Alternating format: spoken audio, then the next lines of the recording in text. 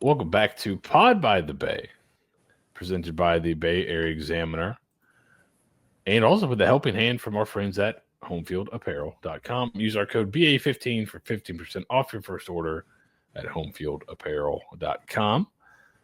If you've already used that, you can use our affiliate link in the description of this here podcast, and that helps both of us out. So, if it's first time, BA15 for 15% off your first order. Homefield's coming out with all kinds of new stuff. There's new baseball stuff out. There's seemingly new stuff for every championship. Great USF stuff. Great stuff from other schools. I know Steeg's got stuff from the Colorado School of Mines and a few others. If you like vintage apparel, it's the right place to go. So, Mother's Day's coming up. Father's Day's coming up. Use code BA15 to 15%, save 15% off your order for the person you love in these upcoming holidays. I was about to say, your dad would love a home field shirt. And I'm not saying you, Seth. I'm saying you, the listener. Your dad will love his alma mater, whatever it is. They'll love it. They always do. They will. They'll harken back to a time in their life when they didn't have to worry about you. So it'll bring them great joy. All right. So, Steeg, things are happening here in USF Athletics. The big news, obviously, the biggest thing happening. Spring football game on Saturday. I know how much. We're just jazzing for it at this point. Oh, my goodness. I love a spring football game, and I'm sick to my stomach that nobody's putting them on television. But it seems as if I'm in the extreme minority as of late. But Steeg, Coach Golish spoke today. He mentioned something you've talked about in the Ponderosa previously. I'm not sure if this was scoopage by you or just beautiful intuition or if it was said before, but it seems like it's just going to be offense versus defense, not necessarily splitting up into two teams. Seems like there's a little bit of it probably feels a little bit more like that first spring where there's kind of a little bit of an injury bug going around, and also we don't want the injury bug to go around anymore, so we're going to hold some guys out. So it seems like a lot of offensive linemen have they're taking their time with them. A lot of young guys are playing. So not enough to field two full teams against each other. So it's going to be an offense versus defense. Golish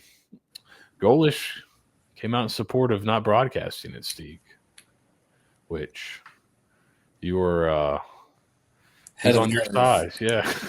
Head of the curve. Man ahead of your time. Yes. So thoughts, and then he also kind of said, we're not going to do anything. So, because I think somebody asked him about the old Jeff Scott of we don't want to show our first opponent anything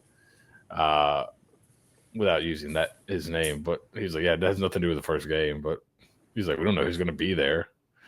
Because I did hear friend of the show, Bud Elliott, say, like, Ohio State's not broadcasting games. Like, you don't think Michigan's going to send somebody to watch it? Like, to be fair, you had to pay this time for USF. So if Boise State wanted to donate to our Bulls Club by giving us $5 to $10, who's to say no? Are you expecting to see anything? I'm expecting to see like absolute nada, just the most nada of nada. Not just for the sake of it's a spring game, you don't want to show too much kind of thing, but that's going on right now. But just like I think there's two things that kind of weigh heavy into the head. The first one is, the portal's about to close, so you really won't have to worry about it too much. But like, you don't want like a guy to just get like any sort of last second spark to just kind of jet out of here. Yeah. You kind of want to solidify your roster a little bit. You don't want to give people like the creepy crawlies of like, oh, I'm not going to get playing time or whatever it is. So you always have to worry about that. But then I think the more looming thing, especially for USF, who had this happen last time, was you don't want a minor injury turning into a major injury. And I think that's probably going to be the key for Saturday more than anything. Like, yeah, great bonanza, show the team, yada, yada, yada. They're doing a cool announcement with Lifelink for organ donation at halftime. Great opportunities to have your kids have a really good time at the game.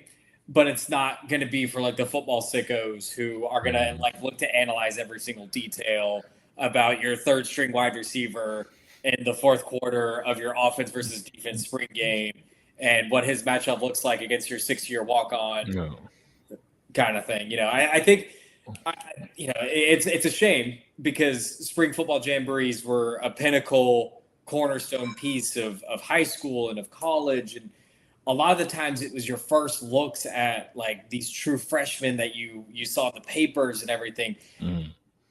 I mean, those days are gone. Like we know everything about these true freshmen already.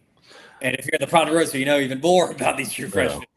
Like, yeah, it certainly seems like that's. I think this, to me, spring games are always the most fun. Typically what you get out of them, or at least what I've always gotten out of them, is like you get to see the team in person. They get to see has everyone gotten bigger, faster, stronger, all that. But you also get to see young guys play more. Guys that didn't get a chance to play last year. Guys get a chance to kind of get out in front of the crowd for the first time. That's what spring's always been about to me, seeing those young guys come out and get a chance to play and see who kind of pops, because it is a little bit different than practice, right? It is kind of on a stage, so to speak. But the downside of that, right, is there was a story going around when, all these coaches are talking about why does everyone want to stop broadcasting these spring games? Well, there's a story going around about a team that had a guy that wasn't a very good practice player. Apparently, he's a gamer, which, most coaches will tell you gamers don't typically exist, right? If they're terrible in practice, usually terrible. But this guy crushed their spring game, and he came in and was like, "Hey, you know what? I had a great spring game. I'm a valuable depth piece for you guys. I can go in the portal right now with this great spring game and command some money. I wanted you up my pay." And so they said, "All right, we'll up the pay to keep you." And the guy barely ever played because he was always just kind of a depth guy.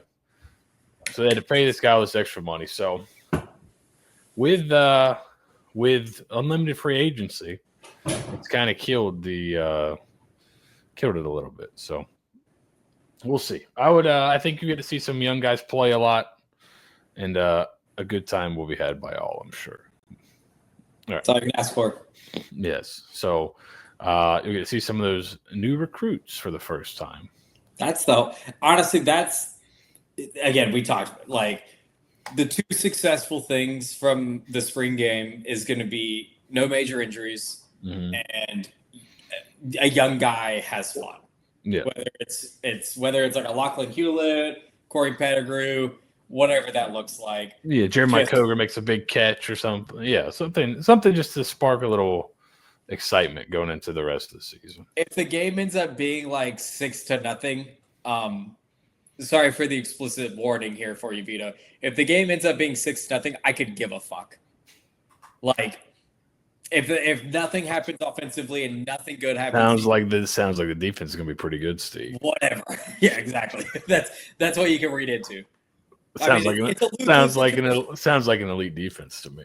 It's funny. I was watching like other people's reactions to their spring games, and like Michigan fans like reacting like Bryce Underwood. It's like, oh my god, does Bryce Underwood suck? It's like no, maybe, but like also your defense has been really good for like 4 straight years, so there's probably a really good chance that the defense is good again. It's a lose-lose situation.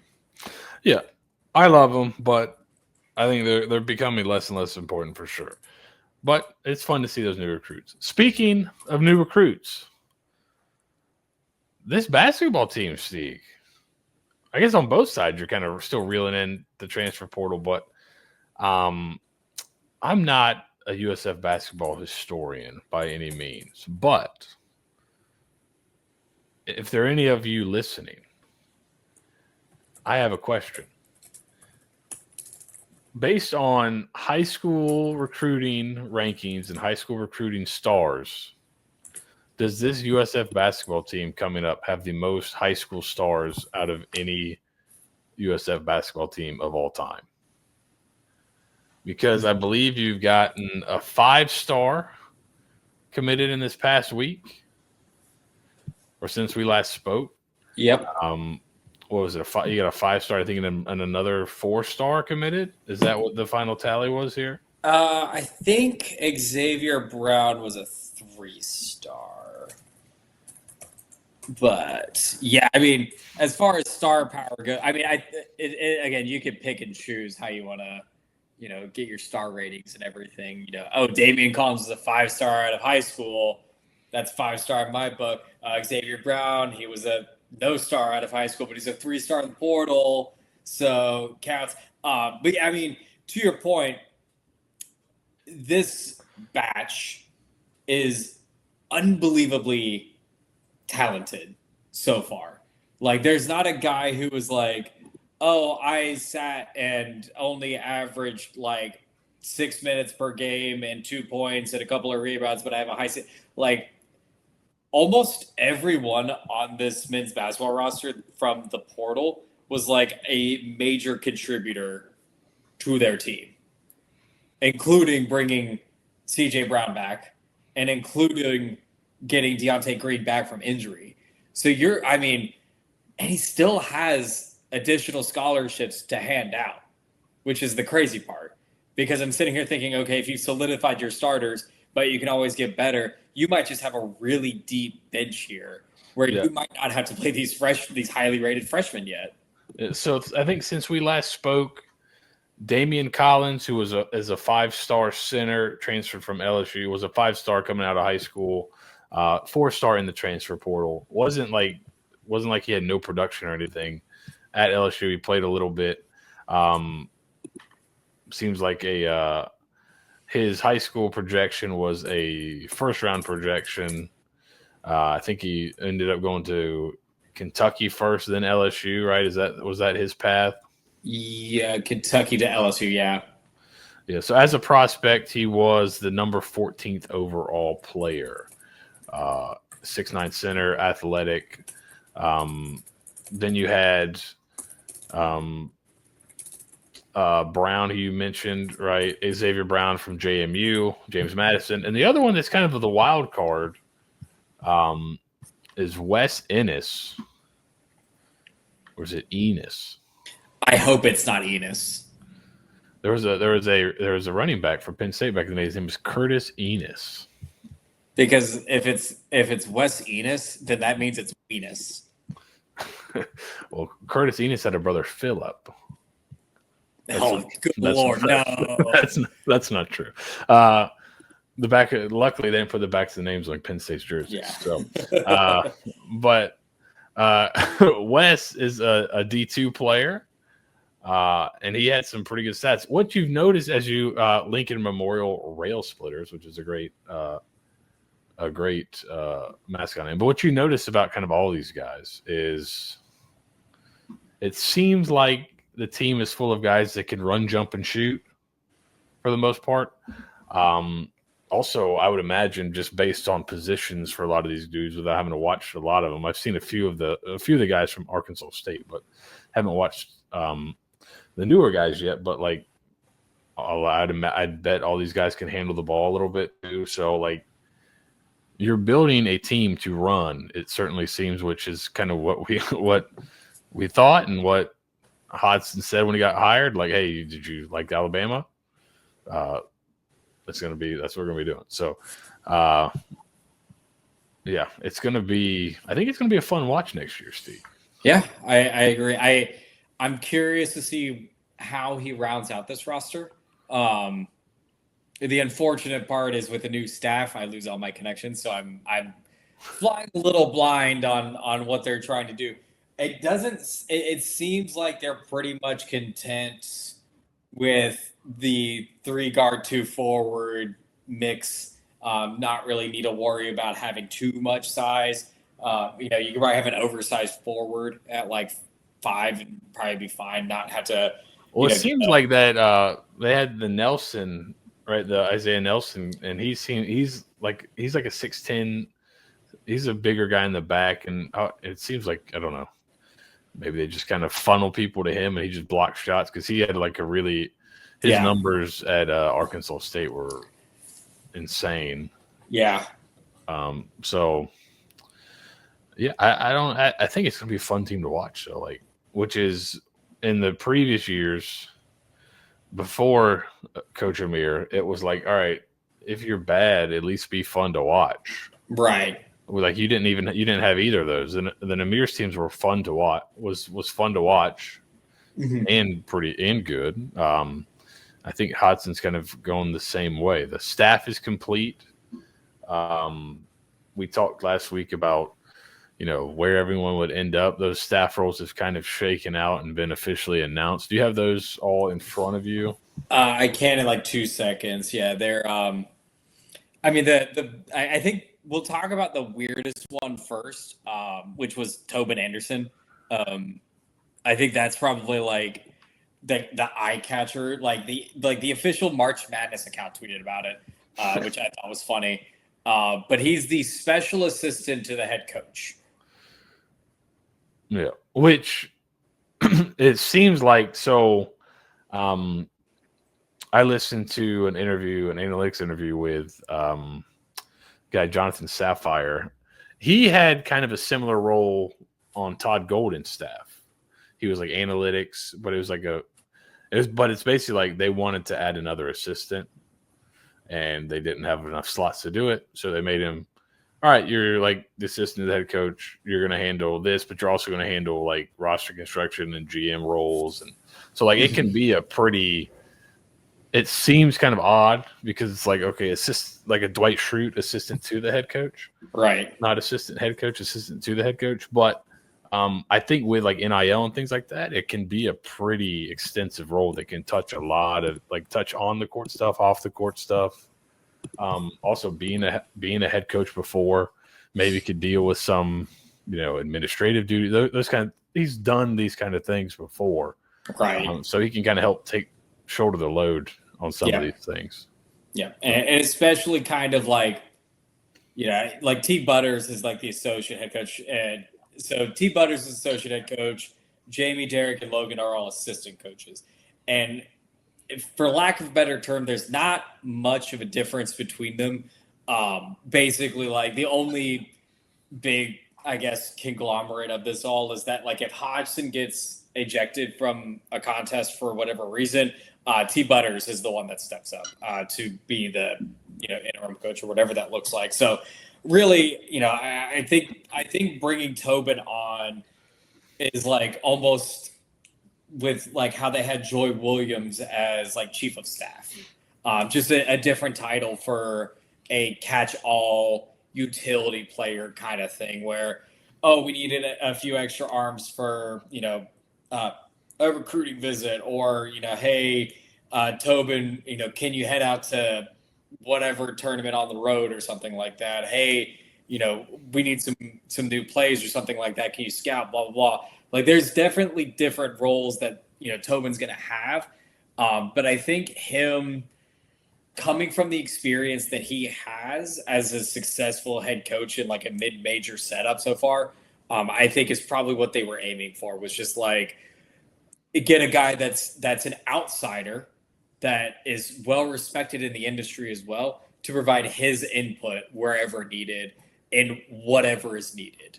I'm actually curious. Like I'd love to like poke the brain of what his responsibilities are going to look like, because I think it's going to be really interesting as a future perspective of like, what is this roster shakeup going to look like with the future of NIL and college basketball, where it's new rosters every single year. Is Tobin's job just to do his best to keep roster continuity? We don't know. It's a new landscape out there. Yeah, and it never hurts to get another qualified set of eyes looking at things. So, I mean, I'm not super. I know kind of his background, but I'm not super familiar with like what is he best at. Like I don't know if he's offensive coach, defensive coach, or if he's like really good at scouting or whatever. Everybody's got their own strengths, but that I think that could be a role that's it's just called special assistant to the coach, but it's kind of like he can do a lot. Like he can kind of be almost like a second head coach in some senses, where he can just go out and do a lot of things. So I think that could be pretty helpful, Steeg. All right, we're getting down. So that's the off season there for men's basketball. Women's basketball's had some more transfers come in. They're still in the market for a couple. They seem to be. I think they were in the market for 5. Right, that was the emojis. We had 5 of them. 'Twas 5 indeed. 'Twas 5 emojis. They got 4. They are at 4 out of their 5, which is good. Kirsten Lewis Williams, a guard from Buffalo, was added recently. Mm-hmm. And I think there was another one in the previous week before. They got a high school, an international commit.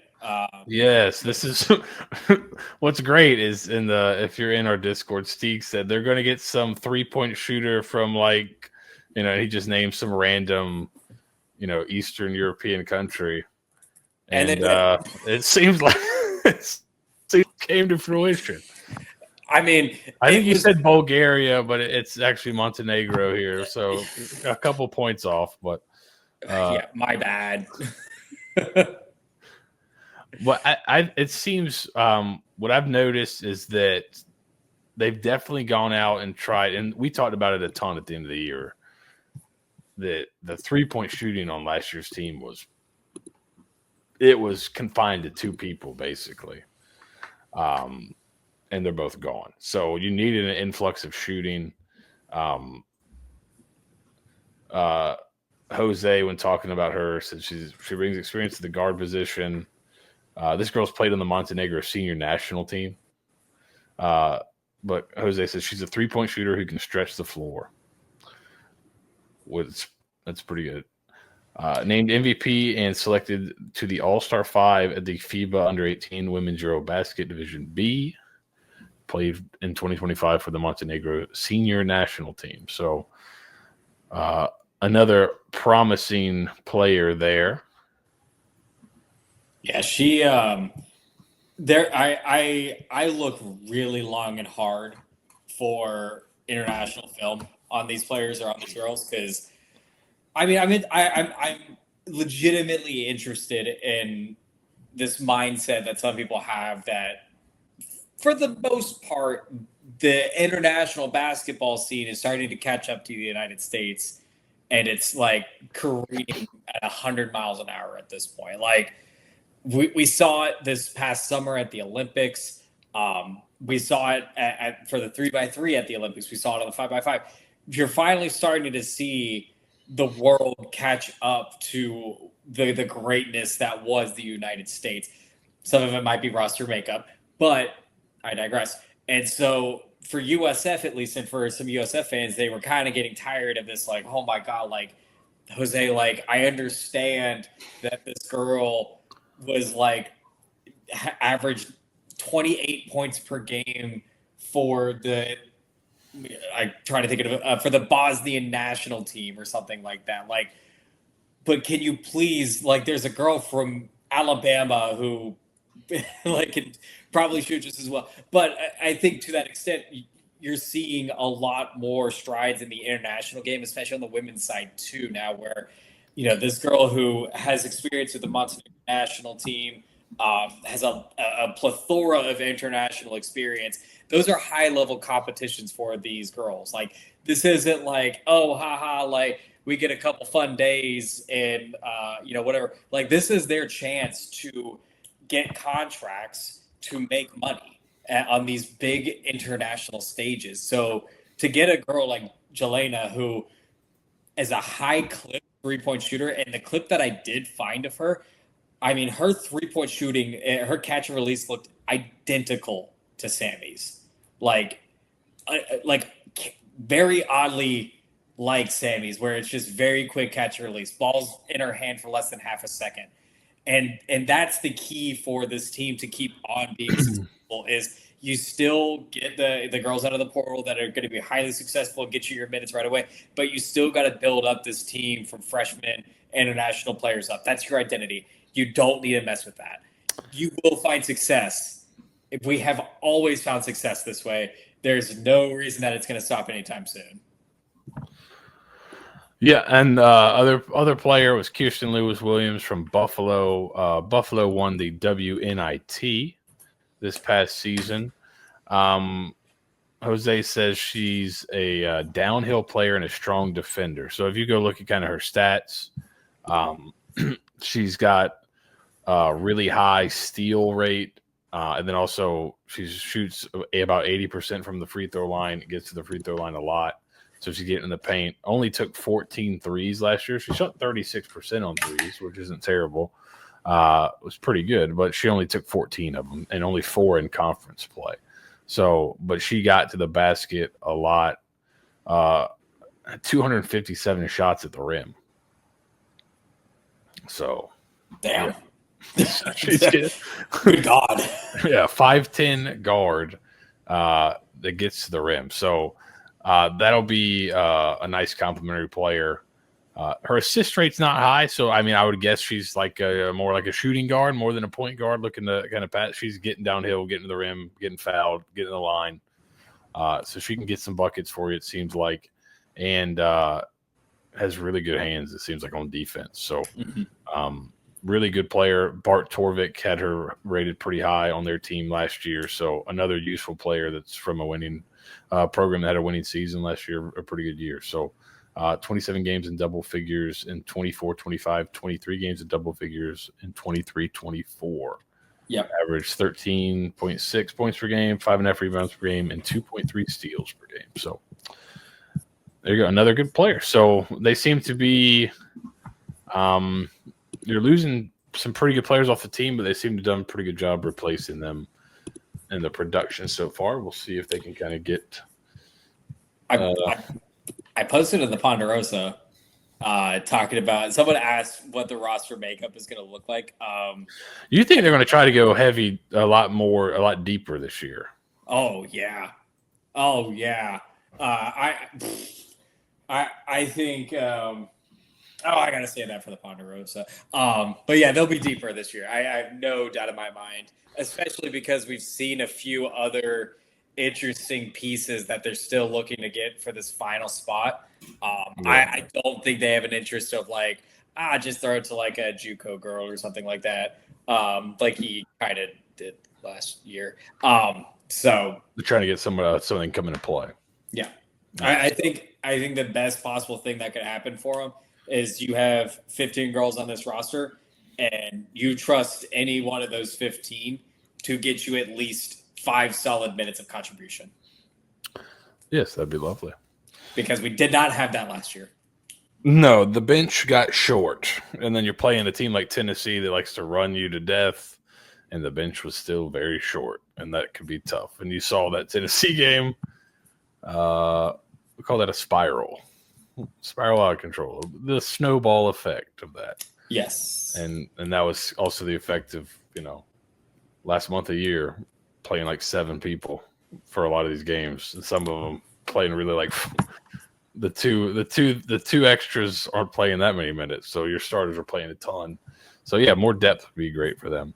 Yeah. All right, so you want to talk a little men's tennis? Yeah, my Vito, in post, can you put like the sad like Price is Right noise, whatever, like wah, wah, wah, wah, challenge for Vito? Yeah, that'd be cool. Yeah, let's. I did the bad news, good news kind of thing with USF men's tennis, so I'll do it again here. So the bad news. They got upset in the semifinals of the American Athletic Conference tournament. They're beaten by Rice, their first defeat in a little bit over a month. Basically, one of the first time in a long time that they were like really like at their heels the entire time. Like even in some of the close wins, like they ended up getting like a 5-2 victory or something out of the way. Upset in the semifinals. Rice ended up going on to actually winning the conference tournament. Got hot at the right time. So that stinks because you had probably one of the best seasons in your program's history. A whole lot of ranked wins, a whole lot of great showings against tough opponents too. And unfortunately, you come away without a trophy. So that kind of stinks. But the good news is because of your regular season efforts, you basically already solidified yourself into a postseason berth in the NCAA tournament. So USF will be going to the NCAA tournament for men's tennis. They had a spectacular regular season. They were still ranked 30th in the country despite that loss to Rice.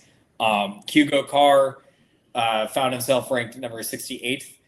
So there's an outside chance he'll compete as an individual when that comes to a head. But yeah, I mean, a disappointing end to the season, all things considered. I know that Ashley was looking for getting that trophy, continuing the dynasty that he's built here, stacking that trophy case for USF men's tennis. But, sometimes tennis is tennis, baby. Sometimes you lose and sometimes it sucks. So, it doesn't mean that this year wasn't a success. It's where the old ball bounces. Yeah, sometimes. But I think the good part is, for the most part, relatively young team. I'm going to double check the roster makeup for a second, but if I recall, there was only one senior on the roster. Yes, there was only one senior, or two seniors, excuse me. Unfortunately, one of them is Hugo Carr. Now, we'll see. Maybe if that JUCO ruling extends out, maybe he's got some more eligibility. I'll also say, and this is, I want Hugo Carr to be very successful. He can go play pro easily. Like he can join ATP. Like he is up there. But you still have a pretty deep team. Augustin Kueller, who was playing on court 2, he filled in for Hugo Carr when they kept Hugo Carr out for a singles match, ended up winning. So if Hugo Carr doesn't get that extra year of eligibility or he decides to go pro, you just slot the next guy right back up. And they have pretty good freshmen as well on this team. One of them I want to call in particular, Hugo Carr's doubles partner, Ettore Danesi, a true freshman from Sao Paulo, Brazil, punched way above his weight class like the entire season. He was playing on basically courts 4 and 5 all year. Was just a constant winner. So good year, not a great year. It happens. All right. We'll end real quick. Softball, baseball. Softball seems to be doing the things they need to do to keep themselves in the conference championship race and also possibly in the at-large discussion, right? They're sweeping teams. They're winning games. Baseball, it seems like, is probably going to fall short of those at large. Is that kind of where you're leaning right now as well, that they'll probably fall just short of kind of, whereas maybe a month ago it seemed like they could be in the at large? Yeah. I mentioned it when I got flamed for it on Twitter that you had a really bad couple of days, and for a mid-major program, you can't really afford to lose 4 of 5 at any particular point. Does not matter who you play in that stretch. No. You can't lose 4 or 5. And they did, unfortunately. So, And since we last, on the other hand, since we last spoke, we said the women were the softballs playing Tulsa and Memphis, who were bad, and we're like, you probably need to sweep both those, and they swept both those. So they play Florida tomorrow, which will be a tough test. But then after that, North Texas and UTSA, who I think they could possibly. North Texas is up at the top of the conference, right? So yeah. That'll be a good series. But if you can, somehow, win that series and then sweep UTSA to end it, you've got. I think you put yourself in a pretty decent position. Absolutely, yeah. I think I think even if they lose the series against North Texas, Looks like FA. So just pulling up the standings real quick. FAU, USF's currently in second. So FAU's at 17-4. USF's at 15-5-1, and North Texas is at 15-6. So they must have lost a couple recently.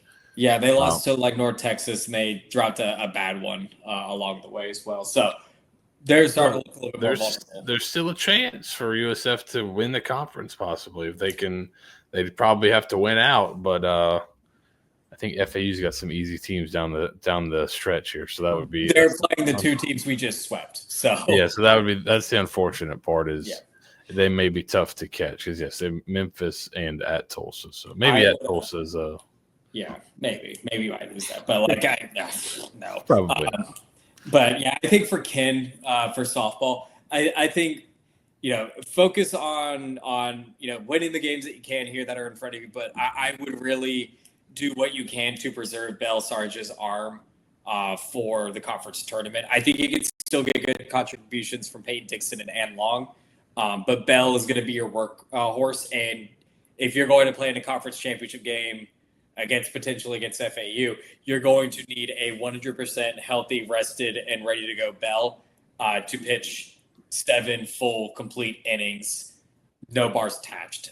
That is your chance of getting a trophy this year. And I think they can do it. They did it already. They beat FAU at FAU with Bell, pitching just an absolute gem. But you're gonna need really good roster management from here until conference tournament. Yeah, and you know what? Pulling it up, like USF still I think they're at large chance. This has got to okay. So this is never mind. I think they haven't updated the baseball standings. So I was like, this looks pretty good, but I know the record's not 22-15 overall. So no, they I don't think the conference is updated. Have they updated the other standings, or did I get that totally wrong here? No, actually, I misspoke. They lost 5 of 6. Which is even so I was about to say, well, they're still in second, but no, that's not correct. So yeah, baseball standings have not been updated by the conference. It looks like so. I'm not exactly sure where they stand in conference, but I think the softball ones have been updated. So they're still in the hunt in softball, but yeah, baseball, I think they're probably out of it, unfortunately. So all right, Steeg. That's it for this week's episode of Pod by the Bay. Thank you all. I was about to say they're in second. They're 10-5. Is that? Yeah, UTSA is in first at 12-3. FAU and East Carolina at 9-6. Oh, and Charlotte at 9-6. Yeah. See, I was. I thought they played a lot more games than that already this year. I mean they played a lot of non-conference games. Well, that's what they had. I don't know. So hey. They're still so baseball's still in the hunt too as well. Then, if that's inaccurate, yeah, they had the teeth of their schedule coming up. Outside of this weekend at Wichita, they play first place UTSA, third place FAU, third place East Carolina. So UTSA, that series with UTSA, they're only according to the standings, they're 2 games behind. So, or they're UTSA's 12-3, USF's 10-5. Yeah, you have a chance. You kind of have you hold it in your hands, but they can't. They're going to have to pull some sweeps out, I think, on some of these easier series they have coming up. But we'll see. Either way, I think they've performed above expectations this year, so that's been good. But all right, we'll get out of here. Thank you guys for listening. If you want more, we're going to go now and record the Ponderosa, talk a little bit about spring football, talk about maybe a little bit more in depth what we expect to see in the spring game. And any other nuggets Steve wants to share. And he shares some of those in the Discord section of the Ponderosa, which you can get access to for $5 a month on patreon.com/Bay Area Examiner. For $10 a month, you can get the extra podcast we're about to record. And usually get, 3 to 4 of those a month. So during football, even more. So thank you guys for listening. If you're enjoying this, join us there on Patreon. Go Bulls. Go Bulls!